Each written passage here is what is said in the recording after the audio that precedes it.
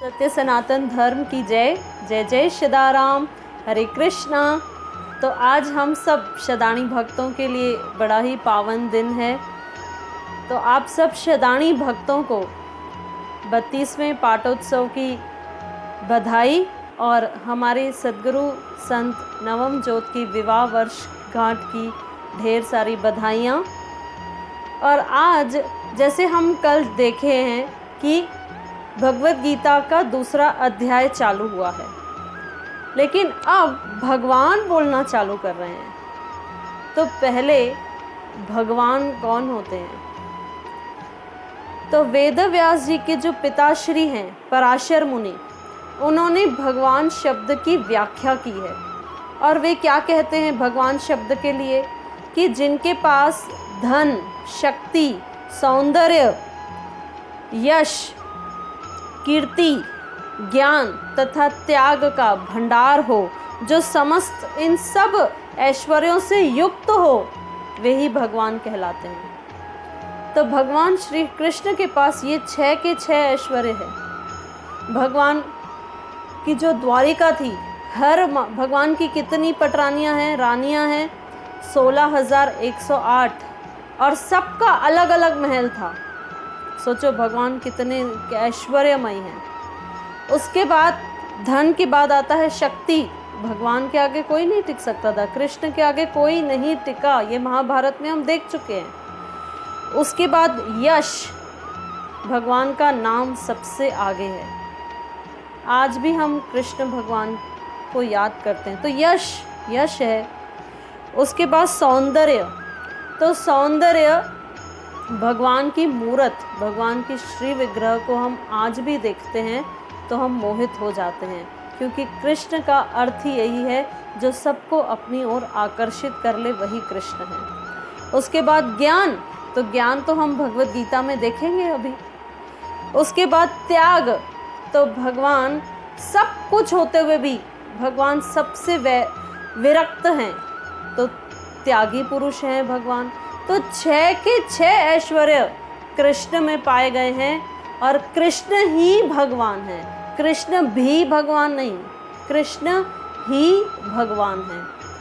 अब आप कहोगे ये आप कैसे कह सकते हैं? हम आपको शास्त्रों से बता रहे हैं। तो ब्रह्म संहिता में ब्रह्मा जी स्वयं कह रहे हैं, क्या कह रहे हैं? ईश्वर परम कृष्ण सच्चिदानंद विग्रह अनादिरादिर गोविंद सर्व कारण कारणम। तो ईश्वर कौन है? कृष्ण। अनादिरादि गोविंद सर्व कारण कारणम, तो अनादिरादि जिसका ना कोई आदि है ना कोई अंत है, वो कौन है? गोविंद। उसके बाद सर्व कारण कारणम, यानी सब कारणों के कारण अगर कोई है तो वो गोविंद है, कृष्ण है। तो ये ब्रह्मा जी कह रहे हैं। उसके बाद भागवत में वेदव्यास जी कहते हैं, एते चाम शाकला पुंसः कृष्णास्तु भगवान स्वयं। तो यहाँ पे भी भागवत के पहले स्कंद के तीसरे अध्याय का 28वां श्लोक है, और उसमें वेदव्यास कह रहे हैं कि भगवान कृष्ण ही भगवान है। उसके बाद नारायण उपनिषद में आता है ब्रह्मणो यो देवकी पुत्र, तो देवकी पुत्र कृष्ण ही भगवान है। आपको जो भी ज्ञान दिया जा रहा है वो सब ऑथराइज्ड है, शास्त्रों से आपको बताया जा रहा है। तो भगवान कौन है? कृष्ण। अब आप कहोगे कि आप हमें ये क्यों बता रहे हो?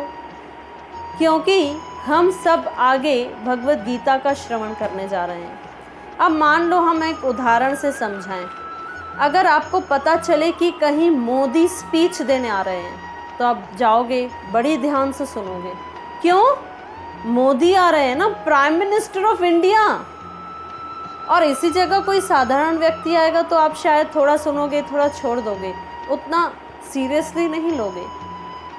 तो ऐसे ही पूर्ण ब्रह्मांड के मालिक कौन है? कृष्ण। इस संसार के रचयिता भी कौन है? कृष्ण। अरे ब्रह्मा को पैदा करने वाले भी कृष्ण ही हैं। ब्रह्मा भगवान विष्णु के नाभि कमल से उत्पन्न हुए हैं। विष्णु कौन है? कृष्ण।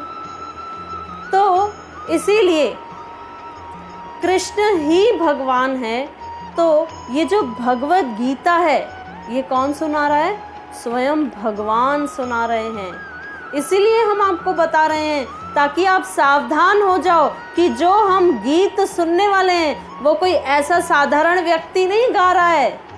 वो कौन गा रहे हैं? स्वयं भगवान श्री कृष्ण। इसीलिए आप भगवत गीता में देखेंगे कहीं पे भी ये नहीं लिखा हुआ है श्री कृष्ण उवाच, हर जगह वेदव्यास जी ने लिखा है श्री भगवान उवाच। तो भगवान, ये भगवत गीता क्या है? इसे गीतोपनिषद भी कहा जाता है। तो भगवत गीता भगवान के द्वारा गाया हुआ मंगलमय गीत है।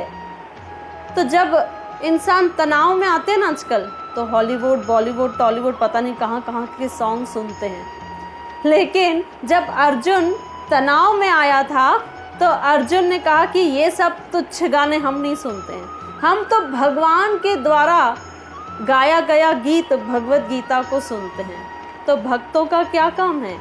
भक्तों का यही काम है कि जब वो तनाव में जाएं तो उन्हें भगवत गीता पढ़नी चाहिए, भगवान के गीत को सुनना चाहिए। भगवत गीता की महिमा में के बारे में क्या आता है, पहले तो आप समझ लीजिए कि भगवत गीता है क्या। भगवत गीता देखिए, शास्त्र दो प्रकार में डिवाइड किए गए हैं, एक श्रुति शास्त्र, एक स्मृति।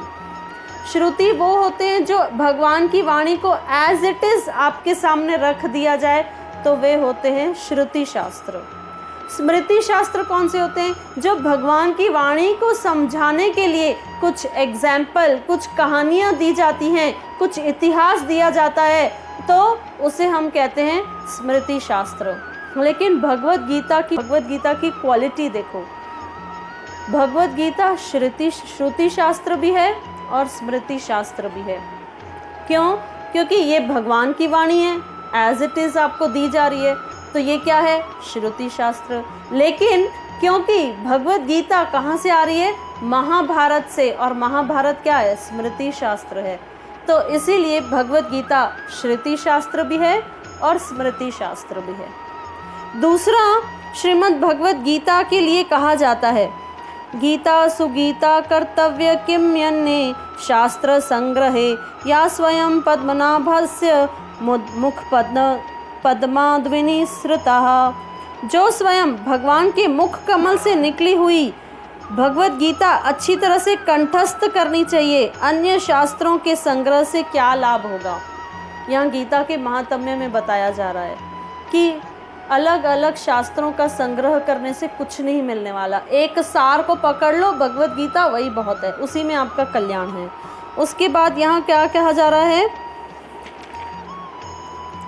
गीता शास्त्रमिदं पुण्यम य पठेत प्रयत पुमान विष्णु पद्मवाप्नोति भय शोका अविर्जितः।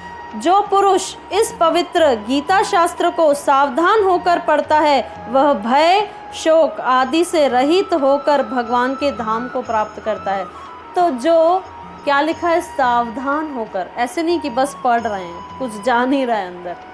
सावधान होकर जो इसे पढ़ता है और अपने जीवन में अपनाता है, वे भय और शोक से मुक्त हो जाते हैं और उनका जीवन आनंदमय हो जाता है। तो ये भगवत गीता की महिमा गाई जा रही है। गीता पाठेन संतुष्ट पितृ शारदा अपिर्तः पितृलोकम प्रयान्यन्त्वे पुत्राशीर्वाद तत्परा। गीता पाठ से प्रसन्न बने हुए तथा श्राद्ध से तृप्त किए हुए पितृ पुत्र को आशीर्वाद देने के लिए तत्पर होकर पितृलोक में जाते हैं। तो जो देखिए, सिंधी समाज में श्राद्ध पक्ष में, पितृ पक्ष में सिंधी फैमिलीज हमेशा भगवत गीता का पाठ करते हैं। क्यों? अपने पितरों को तृप्त करने के लिए। और जो नहीं करते वो अब चालू कर दीजिए, क्योंकि इसमें लिखा है कि जो व्यक्ति श्राद्ध यानी पितृ पक्ष में श्रीमद् भगवत गीता का पाठ करता है तो वहाँ के पितृ अपने पुत्रों को यानी अपने परिवार वालों को आशीर्वाद देने के लिए तत्पर हो जाते हैं और तृप्त हो जाते हैं। तो भगवत गीता की महिमा देखिए। दूसरी बात, भगवत गीता बड़े बड़े लीडर्स ने अपनी लाइफ में अपनाई है, जैसे महात्मा गांधी। महात्मा गांधी को कौन नहीं जानता, बच्चा बच्चा भी उन्हें जानता है। तो महात्मा गांधी, आप पढ़िएगा, ये लिखा हुआ है, महात्मा गांधी ने स्वयं कहा है कि जब मैं निराश हो जाता हूँ तो उम्मीद की किरण जो मेरे लिए है वो है भगवत गीता भगवत गीता मेरे लिए उम्मीद की किरण है, और जब मैं भगवत गीता को पढ़ता हूँ तो मैं फिर आनंदमय हो जाता हूँ। यहाँ तक कि हमारे सद्गुरु अष्टम ज्योत, हमारे सद्गुरु संत गोविंद राम साहब जी ने, उन्होंने भी फॉरेन कंट्रीज़ में जाके भगवत गीता का प्रचार किया। उसके बाद सिंध में गीता सम्मेलन उन्होंने प्रारंभ करवाया पहली बार। तो हमारे सद्गुरु भी नित्य निरंतर प्रयास में रहते हैं कि कैसे जन जन तक भगवत गीता पहुंचाई जा सके। उसके बाद हमारे जो शदानी ग्रंथ है उसमें भी आप अगर पढ़ेंगे तो हमारे अष्टम ज्योत जी के उपदेश में यही आता है। वे सब सनातन धर्म प्रेमी माता पिता जो भी हैं, उनसे वे आग्रह करते हैं कि आप अपने बच्चों को भगवत गीता और रामायण का पाठ ज़रूर करवाएं। तो ये संतों का प्रयास है। आज भी शदानी दरबार में समर कैंप लगता है हर साल गर्मियों की छुट्टियों में, और वहाँ कई बच्चे भगवत गीता के ज्ञान को प्राप्त करते हैं, भगवत गीता के श्लोकों का गान करते हैं।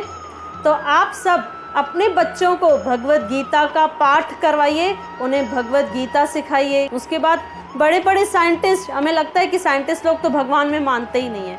अरे स्वयं एल्बर्ट आइंस्टाइन जो इतने बड़े एक साइंटिस्ट हुए, E=mc², इतना बड़ा इक्वेशन जिन्होंने हमें दिया, वे स्वयं कह रहे हैं कि जब मैं भगवत गीता पढ़ता हूँ तब मैं सोच में पड़ जाता हूँ कि ये यूनिवर्स भगवान ने कैसे बनाया होगा।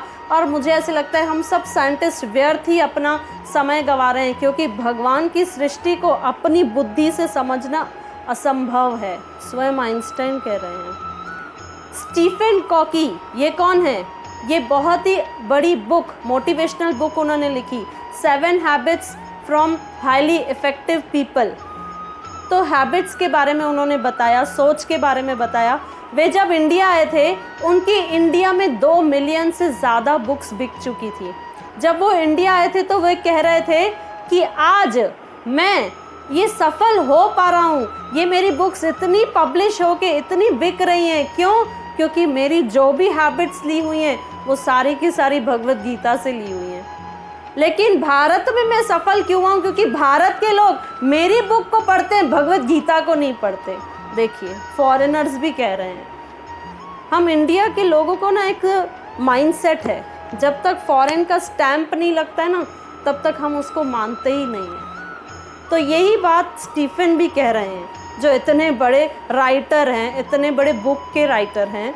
वो कह रहे हैं कि वो भी कहाँ से लिए हैं? भगवत गीता से। और आज क्योंकि भगवत गीता एक लाल कपड़े में लपेट के सिर्फ धर्म की बुक है करके धार्मिक पुस्तक है, लोग क्या करते हैं, घर में भगवत गीता रखते हैं, उसको लाल कपड़े में लपेट देते हैं, बस उसको पढ़ते नहीं हैं।